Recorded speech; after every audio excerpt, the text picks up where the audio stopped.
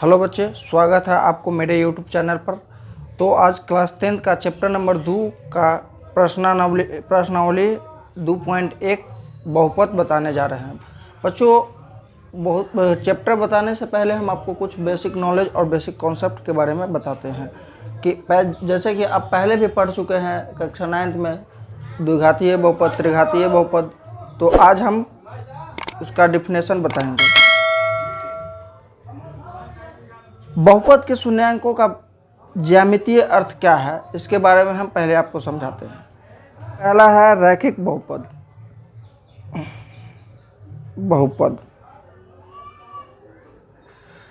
रैखिक बहुपद का डिफिनेशन हम जानते हैं, वे बहुपद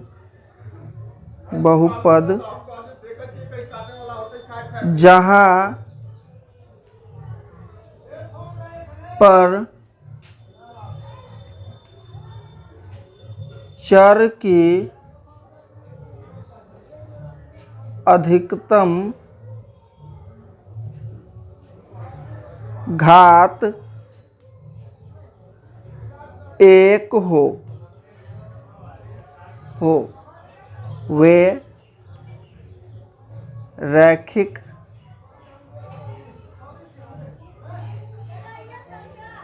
बहुपद कहलाते हैं।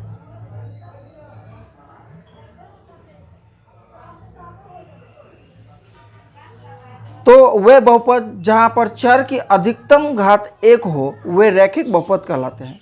जैसे यहां हम एग्जांपल ले रहे हैं, बराबर ax प्लस b, जहां a बराबर नहीं है 0। क्योंकि बच्चों यहाँ पर जो है x का गुणांक a है और a का मान 0 नहीं हो सकता, 1 होगा, तब वो रैखिक बहुपद कहलाएगा। अब इसका शून्यांक के बारे में हम जानते हैं। तो शून्यांक कैसे जानेंगे? तो जैसे यहाँ हम लिखेंगे y बराबर ax प्लस b, तो ax बराबर माइनस b हो जाएगा। x का मान हो जाएगा माइनस b बट्टा a। यानी जैसे कि हम देख रहे हैं इस पर माइनस b बट्टा a 0, तो इसका शून्यांक क्या हो गया? माइनस b बट्टा a। बच्चों रैखिक एक बात ध्यान रखना, रैखिक बहुपद का एक ही शून्यांक होते हैं। रैखिक बहुपद के केवल एक ही शून्यांक होते हैं। अब उसके बाद हम चलते हैं द्विघात बहुपद पर।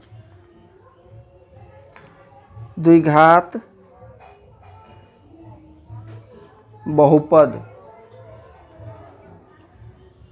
द्विघात बहुपद का वे बहुपद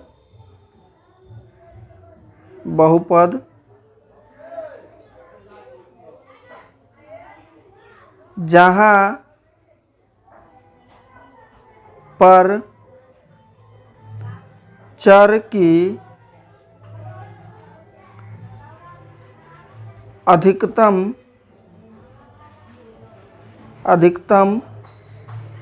घात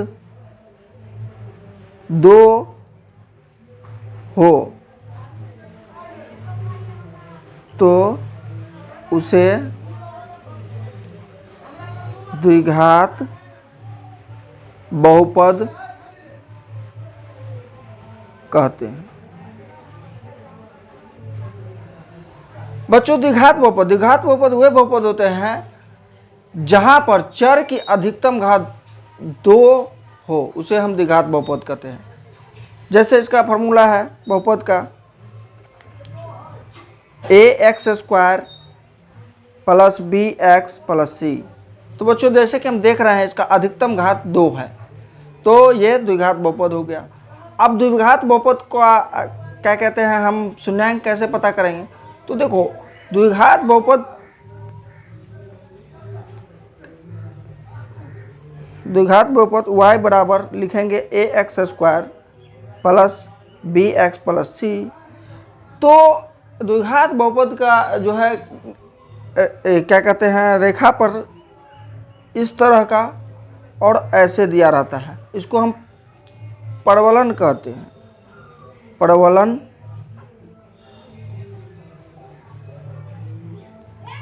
x के जितने बिंदु पर प्रतिच्छेद करेगा वो सभी बिंदु जो है द्विघात बहुपद का शून्यांक कहलाएगा। तो बच्चों के जैसे कि हम जानते हैं कि x अक्ष पर जितने बिंदु पर प्रतिच्छेद करता है उसका x का निर्देशांक ही बहुपद का शून्यांक होता है। जैसे कि यहाँ दिया गया है, किसी बहुपद का px के लिए y बराबर बहुपद का ग्राफ नीचे आकृति 2.1 में दिया गया। प्रत्येक स्थिति में px के शून्यांकों की संख्या ज्ञात करिए। तो शून्यांकों की संख्या हमको इसमें ज्ञात करना है। तो जैसे कि हम आपको पहला पिक्चर में देखते हैं, यहाँ ये x अक्ष है, ये y अक्ष है। जैसे कि हम देख रहे हैं x एक रेखा है, y एक रेखा है और ठीक इसके ऊपर भी एक रेखा है। तो इसमें कोई ऐसा नहीं है जो x अक्ष पर प्रतिच्छेद करता है, कोई बिंदु नहीं है जो x अक्ष पर प्रतिच्छेद करता है। तो हम यहाँ पर लिखेंगे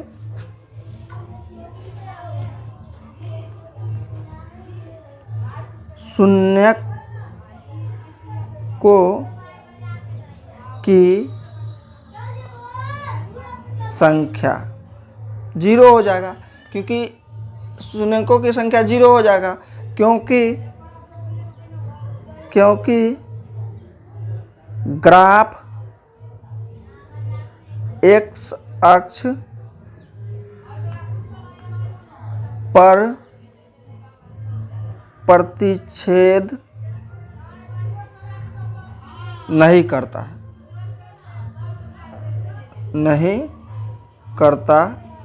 है। अब बच्चों दूसरा क्वेश्चन पर हम चलते हैं। जैसे कि दूसरा क्वेश्चन में दिया गया है कि जैसे कि हम देख रहे हैं, एक यहाँ ये y अक्ष है तो y पर प्रतिच्छेद है और x पर यहाँ एक x पर प्रतिच्छेद है। तो जैसे कि हम देख रहे हैं कि संख्या रेखा में x अक्ष पर एक बिंदु प्रतिच्छेद है, तो इसका शून्यांकों की संख्या 1 हो जाएगा। शून्यांकों की संख्या 1 होगा, क्योंकि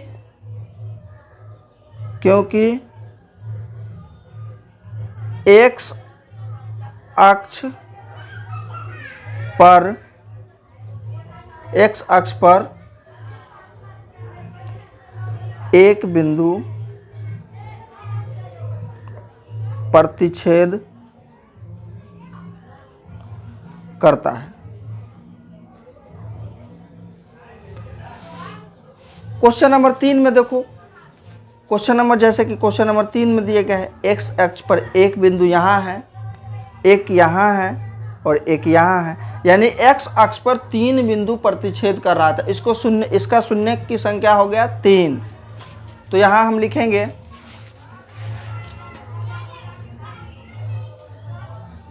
शून्यकों की संख्या बराबर 3, क्योंकि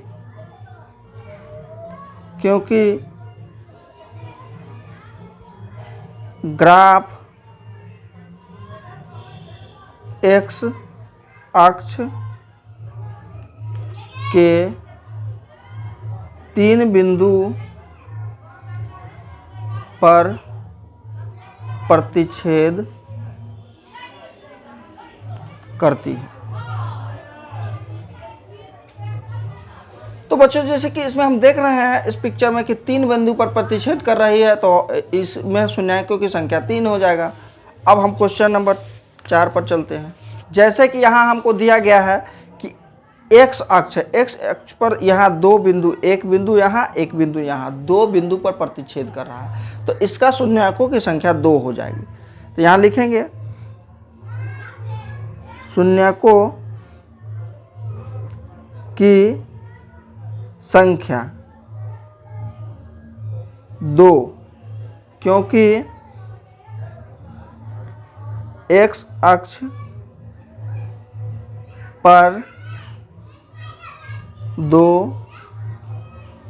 बिंदु प्रतिच्छेद करती है।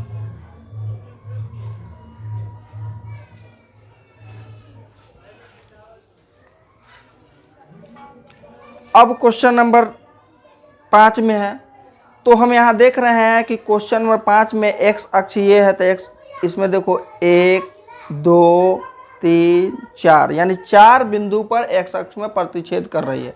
तो यहाँ शून्यकों की संख्या 4 हो जाएगा,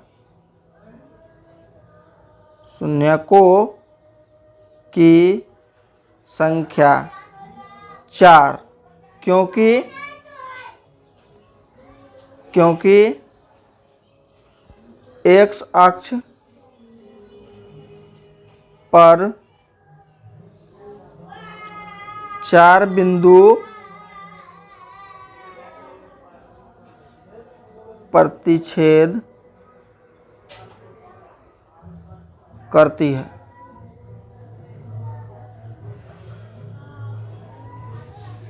अब हम क्वेश्चन नंबर 6 पर जा रहे हैं, तो एक्स अक्ष इसका ये है, तो 1 2 3 यानी 3 बिंदु पर ये प्रतिच्छेद कर रहा है, तो इसका शून्यक हो जाएगा 3।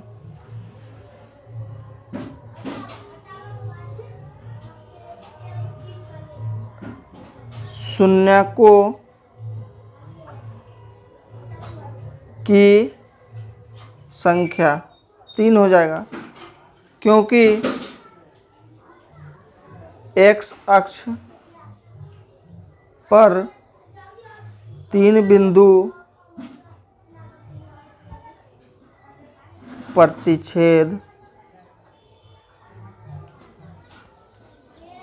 करती है।